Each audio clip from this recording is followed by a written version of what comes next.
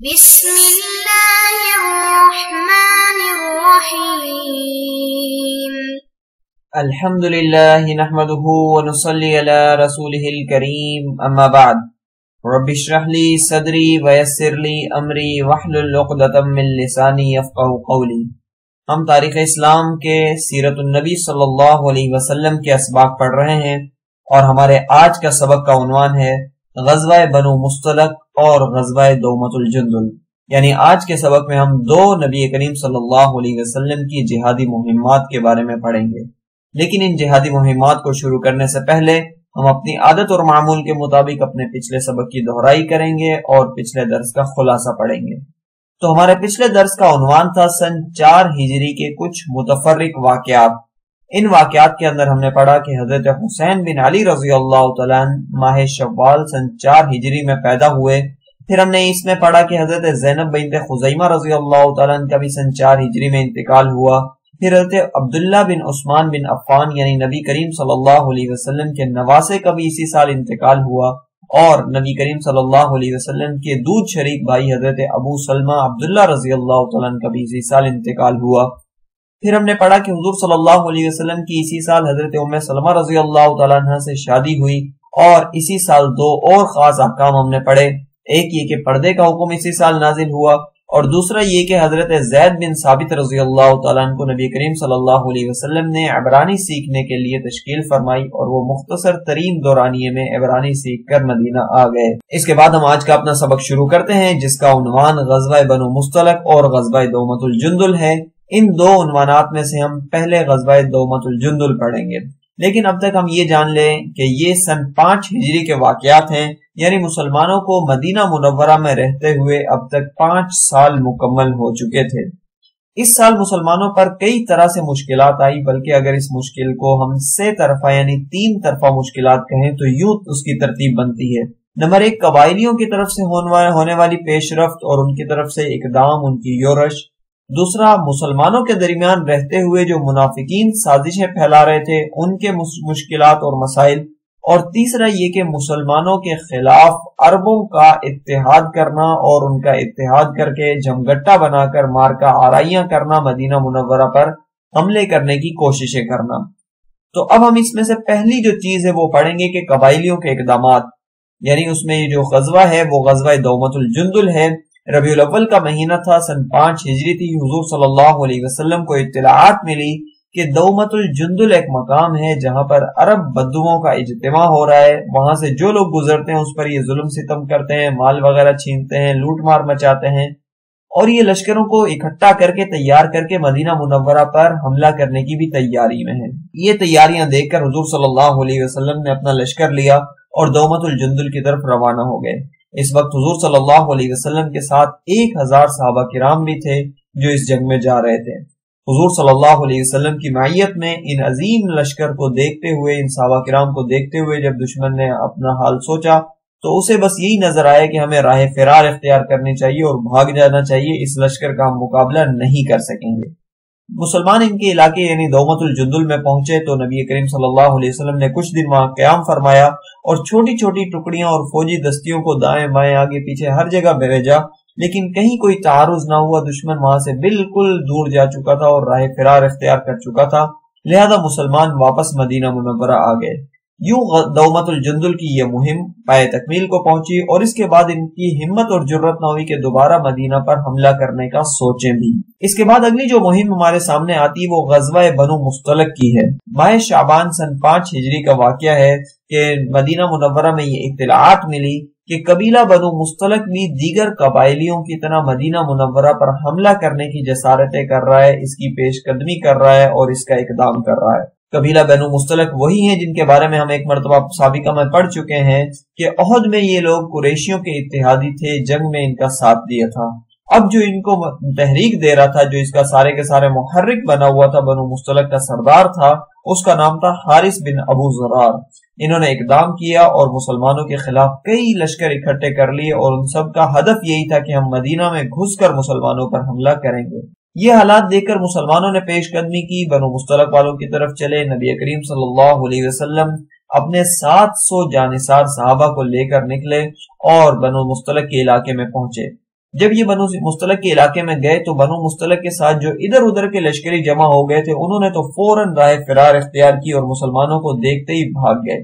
بقیہ بنو مستلق سے مقابلہ ہوا اور مریسی ایک چشمہ تھا وہاں پر، اس کے مقام پر طرفین میں یعنی مسلمانوں میں اور کفار بنو مستلق میں جنگ ہوئی، تیر اندازی ہوئی اور لڑائی ہوئی، اور آخرکار یہ ہوا کہ مسلمان میدان کے فاتح رہے اور یہ جو دشمن تھے یعنی کفار بنو مستلق یہ مغلوب ہو گئے اور سارے کے سارے جنگ میں مسلمانوں سے ہار گئے۔ اب مسلمانوں نے ان میں سے جنگ کے دوران جو افراد قتل ہوئے تھے ان کی تعداد اگر ہم دیکھیں تو ایسے 10 افراد تھے جو جنگ کے دوران ہی قتل کر دیے گئے تھے۔ بقیہ تمام افراد یعنی خواتین، مرد، عورت، بوڑھے، بچے سارے کے سارے مسلمانوں نے قید کر لیے کیونکہ یہ جنگی قیدی تھے۔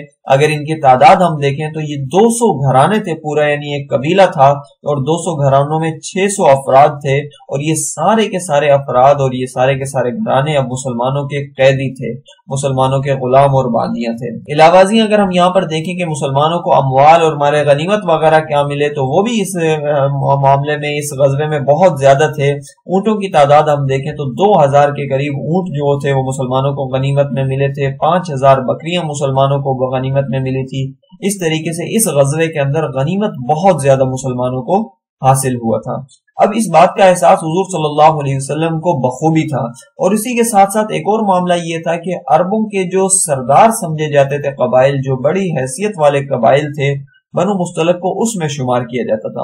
حضور صلی اللہ علیہ وسلم کو اس بات کا مکمل احساس تھا، اور دوسری طرف یہ تھا کہ ان کے پورے گھرانے 200 گھرانے اور 600 افراد یہ مسلمانوں کی قید میں ہو گئے تھے۔ اب لہذا حضور صلی اللہ علیہ وسلم کوئی ایسا طریقہ کار کرنا چاہ رہے تھے کہ مسلمان بلا عوض ان سارے کے سارے لوگوں کو احسان کریں اور ان کو آزاد کر دیں۔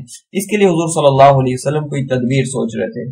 اسی دوران ایک خاص واقعہ پیش آیا کہ جناب رسالت مآب صلی اللہ علیہ وسلم کی خدمت میں بنو مستلق کی ایک خاتون حاضر ہوئی۔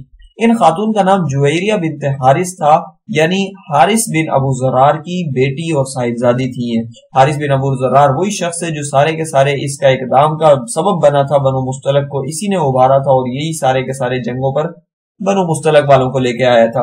اب اس کے گھر والے بھی گرفتار ہوئے اور اس کی بیٹی بھی گرفتار ہوئی، اور جن صحابی کے پاس یہ حصے میں آئی تھی ان کا نام تھا حضرت ثابت بن قیس رضی اللہ تعالیٰ عنہ۔ حضرت ثابت بن قیس رضی اللہ تعالیٰ عنہ نے ان جویریہ نامی خاتون کو کہا کہ بھائی تم اپنا بدلے کتابت ادا کر دو یا اپنی جان کا فدیہ ادا کر دو تو میری طرف سے تم آزاد ہو جاؤ گی۔ یہ خاتون حضور صلی اللہ علیہ وسلم کی خدمت میں اسی لیے حاضر ہوئی کہ آپ مجھ پر احسان فرمائیں اور یہ جو عوض میں نے دینا ہے اپنی جان کا جو فدیہ دینا ہے اس حوالے سے آپ میری کچھ مدد کریں۔ حضور صلی اللہ علیہ وسلم نے فرمایا کہ اس سے بہتر یہ نہیں ہے کہ میں تیری طرف سے بدلہ کتابت سارا کا سارا ادا کر دوں اور تجھ سے میں شادی کر لوں، کیونکہ حضور صلی اللہ علیہ وسلم کے حوالے سے ہم پڑھ چکے ہیں بنو مستلق پر نبی کریم صلی اللہ علیہ وسلم کوئی احسان فرمانا چاہ رہے تھے۔ ابھی یہ معاملات چل ہی رہے تھے کہ ان خاتون کا یعنی جویریہ بنت حارث کے والد حارث بن ابو زرار بھی آ گئے اور ان کی جو بدلے کتابت تھا یا جو فدیہ تھا وہ بھی لے کر حاضر ہوئے۔ حضور صلی اللہ علیہ وسلم نے فرمایا کہ میں تم سے کوئی بات نہیں کرتا، تم جویریہ سے پوچھ لو، اگر وہ ہمارے پاس رہنا چاہے تو اس کو یہیں چھوڑ دو، اور اگر تم لے جانا چاہتے ہو تو بدلے کتابت اور فدیہ جو ہے وہ میں ادا کرتا ہوں اور اس کے بدلے میں تم جویریہ کو لے جاؤ۔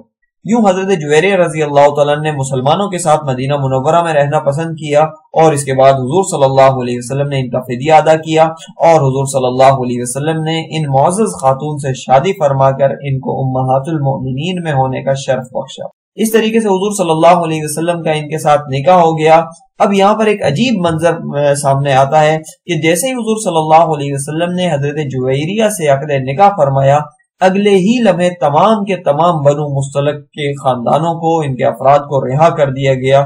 100 گھرانے ان کی برکت سے رہائی پائے گئے، کیونکہ صحابہ کرام رضوان اللہ علیہم اجمعین نے یہی کہا کہ اصحار رسول اللہ صلی اللہ علیہ وسلم، کہ یہ تو حضور صلی اللہ علیہ وسلم کے سسرالی رشتہ دار ہیں، بھلا یہ کب ہماری قید میں رہ سکتے ہیں؟ ان کو ہماری قید میں رہنا تو شایان شان نہیں، ہم ان سب کو آزاد کرتے ہیں۔ یوں جو خواب نبی علیہ السلام نے دیکھا تھا، یہ جو سوچا تھا نبی کریم صلی اللہ علیہ وسلم نے کہ بنو مستلق سادات عرب میں سے ہیں، عرب کے سرداروں میں سے ہیں، ان کو آزاد کر دیا جائے، یہ خواب شرمندہ تعبیر ہوا، مکمل ہوا، اور تمام کے تمام بنو مستلق آزاد ہو گئے۔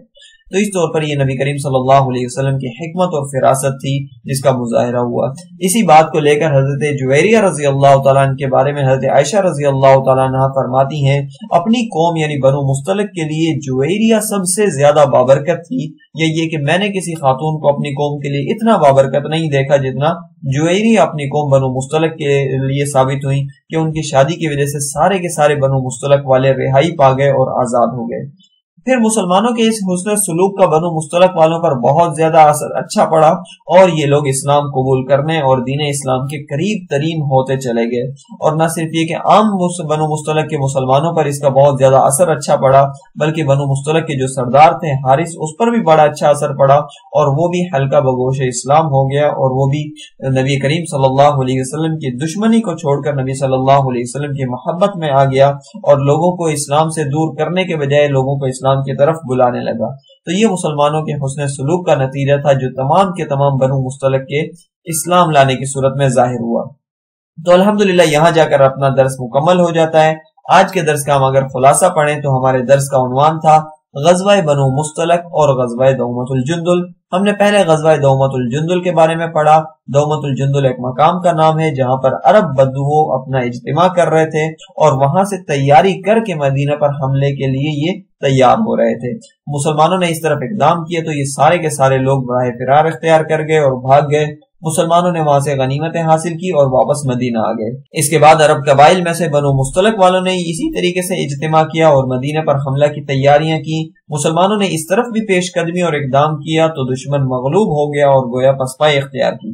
جب یہ سارے کے سارے مسلمانوں کی قید میں آ گئے تو حضور صلی اللہ علیہ وسلم نے بنو مستلق میں شادی فرمائی۔ یوں سارے کے سارے اسیران مستلق گویا رہائی پا گئے۔ مسلمانوں کی یہ اخلاق کریمانہ دیکھ کر بنو مستلق لوگوں نے اسلام قبول کر لیا اور ان کے سردار نے بھی اسلام قبول کیا۔ تو الحمدللہ یہاں جا کر ہمارا درس اور درس کا خلاصہ مکمل ہو جاتا ہے۔ اگلے کسی درس تک کے لیے اجازت دیجیے۔ جزاکم اللہ خیرا۔ سبحانک اللہم وبحمدک ونشہد ان لا الہ الا اللہ وحدہ لا شریک لہ واشہد ان محمدا عبدہ ورسولہ۔ السلام علیکم ورحمۃ اللہ وبرکاتہ۔